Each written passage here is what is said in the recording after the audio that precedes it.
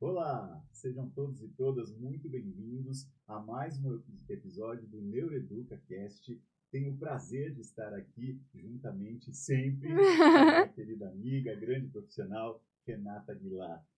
Prazer, boa noite a todos. Boa noite, bom dia. Não sei que horas que o pessoal isso. vai estar Independente assistindo. do horário que você assista. Bom dia, boa noite, boa tarde. Aqui nós somos muito íntimos de quem está assistindo, certeza, né, Fernando? com certeza. Essa proximidade. As telas não nos separam, De né? alguma. Então sejam todos muito bem-vindos. É um prazer estar com você novamente, Fernando. O pessoal estava pedindo mais episódios, Pois é. né? Estamos aí, Voltamos. Essa correria danada, não é? Correria Palestras, boa. aulas, enfim, vários compromissos bons Bom, que às vezes fazem com que a gente não consiga gravar com tanta frequência, mas estamos sempre pensando e estamos aqui de novo. Isso, e no objetivo de compartilhar saberes, né, Fernanda? Esse é o principal Eu objetivo. sempre digo que ninguém sabe mais do que ninguém, nós temos saberes diferentes, e é esse o nosso propósito, Claro, trazer educação com neurociência. sem dúvida. Você sabe que até dentro do que você falou, tem um poema que eu tenho usado às vezes em algumas formações, algumas palestras minhas,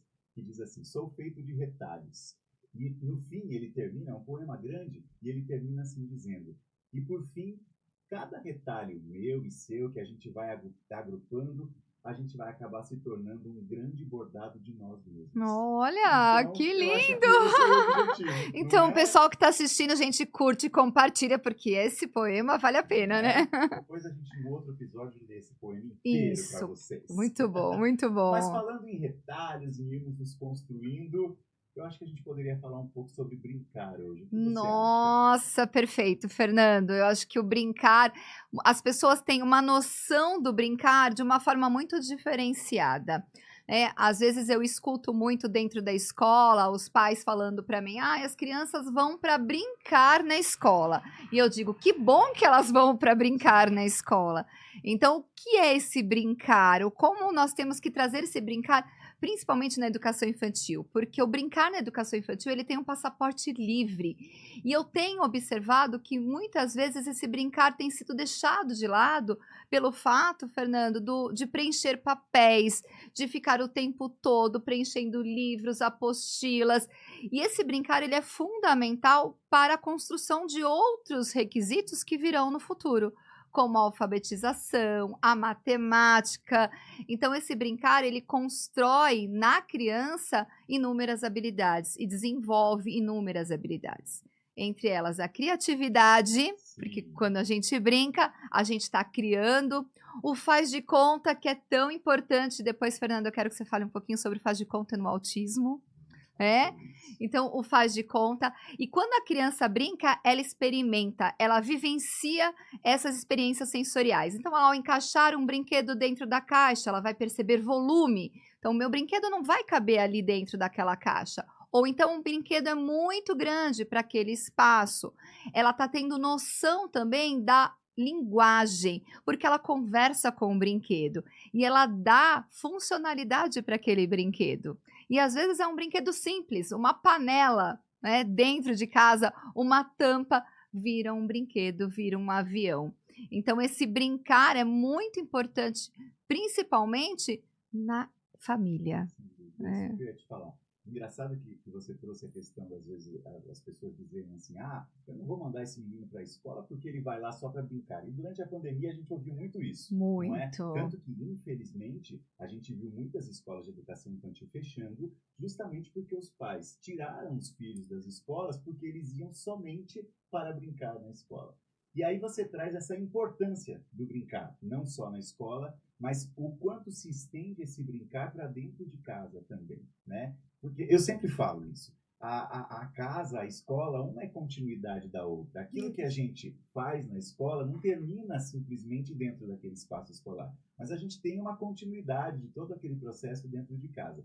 E aí você falou do brincar e dessa importância do brincar com o brinquedo em si, seja ele qual for, um brinquedo estruturado ou não. Quantas vezes a gente dá um presente para a criança achando que ela vai adorar aquele presente, Verdade. ela gosta por um momento, mas na verdade o que mais chama atenção é a caixa daquele presente, e dali ela cria um mundo para poder brincar com aquilo. E você falou, e eu acho que é importante também, das questões sensoriais que estão envolvidas nesse brincar, e mais do que isso, o brincar com o outro, as relações pessoais que esse brincar traz. Isso é muito importante também, né? Muito, Fernando. Eu falo que às vezes as crianças, às vezes não sempre, as crianças não precisam de brinquedos caros, elas precisam de alguém que intermedie e que brinca e que faz esse brincar acontecer. Porque hoje, nesse momento que nós estamos, né, com muita tecnologia, a criança tem deixado de vivenciar e experimentar. Sim. Então, seja com uma boneca, quando ela vai colocar roupa na boneca, porque ela acha que a boneca está sentindo frio, ou seja com um carrinho, que ele acha que ele é o piloto, né, de Fórmula 1, nesse momento, ela está construindo uma identidade. E dentro do consultório e dentro da escola, a gente vê as crianças transmitindo a realidade para o brincar. Então, crianças às vezes agressivas ou que têm um lar mais agressivo, ela reproduz dentro do brinquedo. Então, ela pega a boneca, ela bate na boneca ali, porque é o que ela vivencia. Então, o brincar traz essa visão do adulto para a realidade. O que está acontecendo com a minha criança? E quando eu brinco, eu construo linguagem, eu construo noção, como eu falei, de matemática, de aritmética, de comparação, de prontidão, né? O grande, o pequeno, maior, menor, aberto, fechado. Então, esses pré-requisitos são fundamentais para a construção de quem vai ser. E existem dados, e você sabe muito bem disso, né, Fernando? Que crianças que não brincam ou são raramente tocadas, elas desenvolvem de 20% a 30% a sua capacidade inferior ao que ela poderia ter. Sim. Então, olha o brincar e a importância do brincar para essa construção da identidade. Você sabe que dentro do que você está falando, isso me remete muito aos campos de experiência. Da educação infantil. Não é? Então, toda a construção que você trouxe dentro da sua fala agora vai com relação ao eu, o outro e o nós, formas e todos os campos de experiência que a educação infantil traz e que são tão necessários e que hoje, infelizmente, por conta de um uso excessivo, descabido de tecnologia, tem impedido com que nós consigamos justamente esse desenvolvimento que você falou que é tão necessário e que se mostra tão deficitário diante dessa tela que tem sido usada precocemente e, mais do que isso, tem sido usada de uma maneira exagerada. Porque a Sociedade Brasileira de Pediatria, ela preconiza que até os 2 anos a gente não tem necessidade de apresentar telas para as crianças, porque esse cérebro está em pleno desenvolvimento e, sem dúvida, o que a tela propicia de estimulação passiva para esse cérebro não é o que ele precisa para que ele possa se desenvolver diante de um período tão rico e tão próspero. E aí a gente vai, que dos 2 até os 6 anos, no máximo 1 hora, dos 6 aos 12, no máximo 2 horas, dos 12 aos 18, no máximo 3 horas. Se a gente pega esse período dos 12 aos 18, fica algo extremamente utópico, porque a gente percebe hoje alunos chegando na sala de aula com sono, porque passaram a noite inteira jogando. Então, eu acho que essa é uma preocupação, Renata, diante da importância do brincar que você trouxe, que a gente tem que desenvolver, que é voltar o nosso olhar para esse brincar e, mais do que isso, entender o prejuízo. Não estamos falando para não se usar telas, mesmo porque estamos lidando com nativos digitais. É impossível. É diferente da minha geração, da sua geração, que a gente nem sabia o que era celular, nem existia isso daqui. Mas a gente tem que promover uma educação digital de modo que a gente consiga equilibrar esse uso de tela com todas essas estimulações multissensoriais que são tão necessárias e importantes para o desenvolvimento dessas crianças. Perfeito, Fernando. E você falou sobre telas, então vou te jogar uma pergunta aí. Meu Deus, vamos lá. A gente tem ouvido, né, recentemente aí uma grande polêmica, primeiro para a retirada das telas do celular das escolas, né? Sim. Esses projetos que têm acontecido aí têm movimentado um pouco as redes sociais. E por um outro lado, que o excesso de telas pode causar o transtorno do déficit de atenção e hiperatividade, o TDAH e o autismo. E aí, Fernando? Isso é mito. Ai, que bom! Isso é mito porque, na verdade, tanto o TEA quanto o TDAH são condições inatas, ou seja, as pessoas já nascem dentro do transtorno do espectro do autismo, as pessoas já nascem com o transtorno do déficit de atenção, com ou sem hiperatividade. Então, dizer que telas causam autismo, causam TDAH, é mito, e inclusive um mito que a gente tem que contestar. Isso é importante nós entendermos que, sim, esse uso exagerado de telas certamente compromete estruturas neuronais que levam a comportamentos que são comportamentos parecidos pelas pessoas que apresentam esses transtornos. Então a gente fala sobre o desenvolvimento da linguagem, a alfabetização. Um dos maiores prejuízos que o uso excessivo de telas traz e o uso precoce de telas traz é relacionado ao desenvolvimento da linguagem. A gente sabe o quanto isso prejudica. Outra questão, e aí a gente pode ligar, poxa, geralmente pessoas dentro do TEA terão um atraso no desenvolvimento da linguagem. Então a gente começa a associar. Outra questão, o uso excessivo de telas prejudica de uma forma significativa o processo atencional e o processo de concentração. Essa é a principal característica quando a gente pega uma pessoa com transtorno do déficit de atenção, não é? O uso excessivo de telas faz com que a gente tenha uma dificuldade no processo de sociabilização. Poxa, o critério diagnóstico A do TEA, ele diz respeito a um déficit persistente na comunicação e na interação social.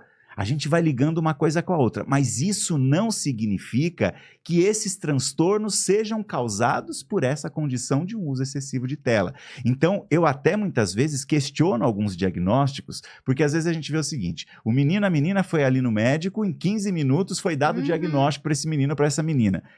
Oi, né? A gente precisa Como ficar assim, atento, né? porque um diagnóstico de TEA, de TDAH, por ser um diagnóstico exclusivamente clínico, a gente está baseado na observação. E não é numa observação de 15 minutos que a gente vai chegar a esse diagnóstico. São diversos fatores, diversos sinais, sintomas que precisam ser observados, levantados, não somente o médico ou a médica, mas toda uma equipe multiprofissional envolvida nesse processo para que a gente chegue a esse diagnóstico. Então, esse uso excessivo de telas, associado a essas características muito próximas desses transtornos, podem e levam certamente a falsos diagnósticos. Então, a gente também precisa ficar muito atento com relação a isso. Eu digo a gente, nós como professores, nós como terapeutas, nós como pais. Não dá para a gente falar sobre educação inclusiva sem considerar esses três elementos, escola, família e terapia. Nós Perfeito. três precisamos estar, nós três que eu digo, esses três elementos,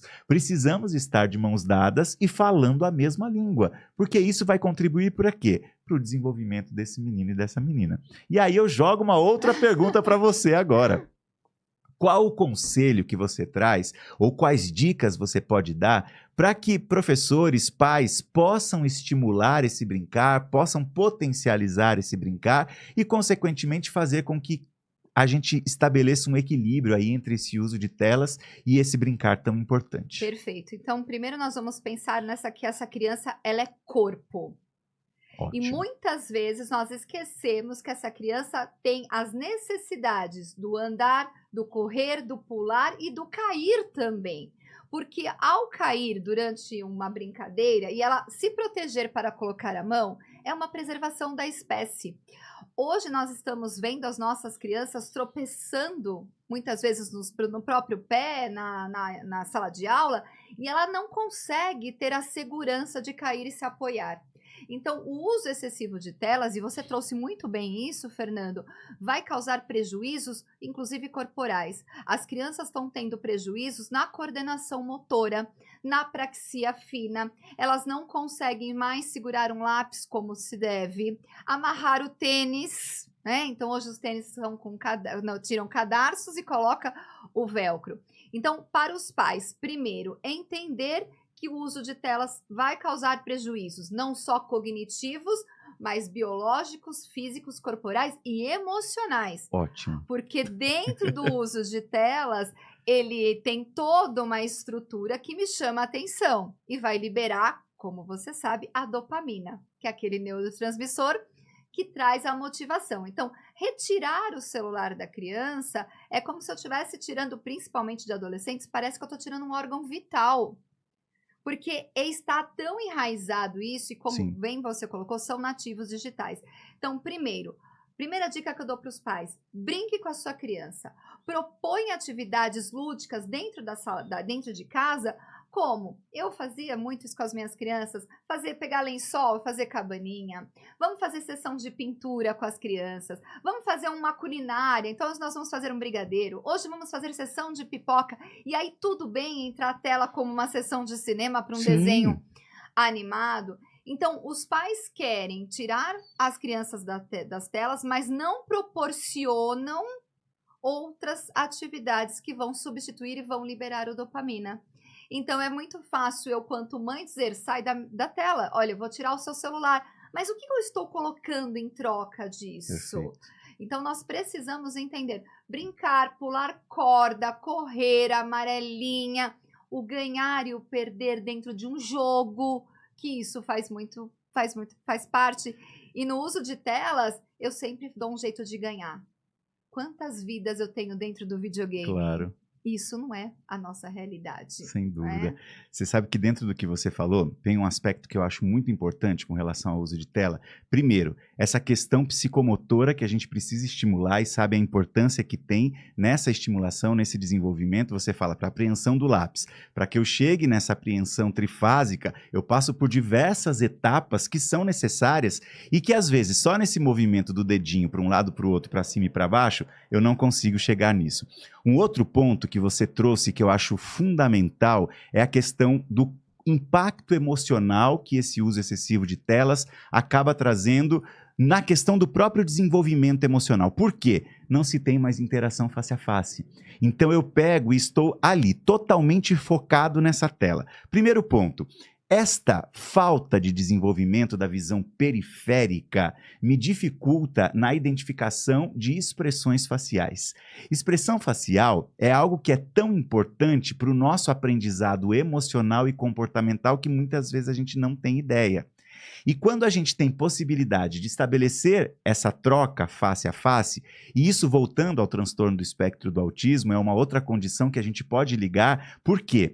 Porque as pessoas dentro do transtorno do espectro do autismo, elas têm um padrão de movimento ocular que é diferente do padrão de movimento ocular de uma pessoa neurotípica, de uma pessoa que não está dentro do transtorno do espectro do autismo. Isso faz com que essa diferença do padrão de movimento ocular, só para que a gente possa ter uma ideia, as pessoas fora do TEA, que não estão dentro do TEA, o padrão de movimento ocular pega entre os dois olhos e a ponta do nariz, formando esse triângulo. Na pessoa dentro do transtorno do espectro do autismo, esse padrão de movimento ocular, ele pega aqui da base do nariz, fugindo aqui para o canto da boca, às vezes para o queixo, para a bochecha, indo para a orelha. Essa diferenciação faz com que as pessoas, por conta desse padrão de movimento ocular atípico, tenham dificuldade na identificação de expressões faciais, ou seja, em movimentos biológicos, que consequentemente leva a uma dificuldade do aprendizado emocional e também do aprendizado de comportamentos. Então, olha como isso é importante e essa troca, não que vá mudar o nosso padrão de movimento ocular, o uso excessivo de tela, mas nos impede de estabelecer uma troca face a face, que é tão importante para esse aprendizado emocional e para essa possibilidade de um aprendizado comportamental e uma interação muito maior também. Então, acho que essas dicas são muito ricas, não é? Da possibilidade de, fora o momento de troca com a família, com pai, com mãe, que é muito importante, né? O afeto, o estabelecimento de vínculo. O que eu percebo hoje em dia e que às vezes é muito triste é que nós, de uma maneira geral, e eu falo nós porque nós também não somos perfeitos com relação a toda essa educação tecnológica e digital. Não, mas eu acho que vale a reflexão. Às vezes, para querer compensar a nossa ausência pelo excesso de trabalho, e a gente estava falando isso, chegamos aqui hoje para gravar e a gente chega acelerado, porque a gente já vem de uma rotina muito corrida. E essa dificuldade nossa e esse pouco tempo em estar com os filhos, em estar com as pessoas mais próximas, muitas vezes faz com que nós sejamos muito permissivos. Sim. E isso leva a uma condição, porque eu sempre digo, não é um ato de amor. Então, se eu digo não no momento em que precisa ser dito não, eu estou trabalhando e permitindo com que meu filho, meu aluno, seja quem for, se frustre menos. Então, quando esse menino sai debaixo da minha asa e ele parte para a sociedade, Se ele não é trabalhado com relação a essa frustração, a primeira decepção que ele sofre começa a depressão, ansiedade, automutilação e muitas vezes suicídio. E isso a gente fala, nossa, mas que Sério? exagero. Não Mas é? não, Não é é. uma realidade que a gente vive e que a gente precisa estar atento, não é? É. E, Fernanda, já que nós estamos falando tanto do brincar, você falou do autismo, e eu penso muito nessa questão do brincar, dessa interação com a família, a interação do professor também, porque o brincar não é eu dar apenas o brinquedo para a criança, eu tenho que potencializar esse brincar, Sim. eu tenho que conversar com essa criança.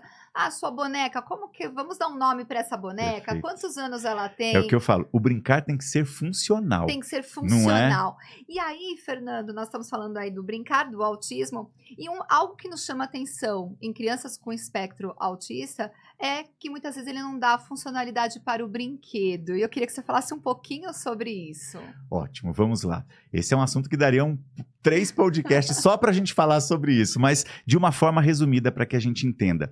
As pessoas dentro do transtorno do espectro do autismo, o principal déficit executivo que essas pessoas apresentam está ligado à flexibilidade cognitiva. A gente vai enxergar e vamos nos deparar no TEA com a rigidez cognitiva. A rigidez cognitiva é uma condição que faz com que essas pessoas tenham dificuldade em se adaptar a mudanças, tenham dificuldade em se adaptar a novas situações, tenham dificuldade em estabelecer relações interpessoais, tenham dificuldade em poder também trabalhar de uma forma espacial, ou seja, usar os espaços e os contextos que são trazidos de uma forma mais tranquila. E, além disso, quando a gente fala em rigidez cognitiva, nós também falamos da possibilidade que existe de uma dificuldade em interpretar situações de maneiras diferentes.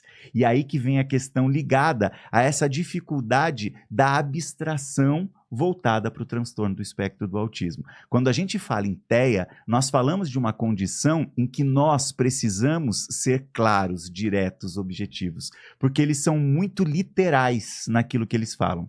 Então, eu sempre dou um exemplo que uma vez estava se trabalhando com um menino e a questão sensorial. Então, tinham vários sucos para que ele experimentasse, e ele experimentava um suco, e aí perguntava-se, de que fruta é feito esse suco? Aí o suco era um suco de laranja, e ele dizia, de maçã. Não, chuta, não é suco de maçã. Ele pega e chuta a garrafinha que estava o suco, porque ele leva ao pé da letra aquilo. Isso E mesmo. essa é a dificuldade de se trazer essa consideração e essa ligação, e eu falo que esse é um processo importante. Por quê? Porque isso também está diretamente ligado à possibilidade que nós temos de estabelecer uma comunicação mais precisa com esse menino e com essa menina.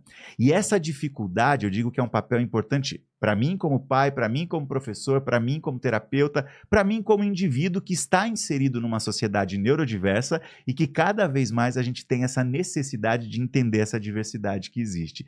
Então, quando eu percebo que esse cérebro, na verdade, funciona desta maneira, tem essa dificuldade maior para abstração, que eu preciso ser literal, que eu preciso ser claro, que eu preciso ser direto, que eu preciso ser objetivo, isso me facilita a comunicação com esse menino, com essa menina, e automaticamente isso faz com que ele sinta-se mais pertencente.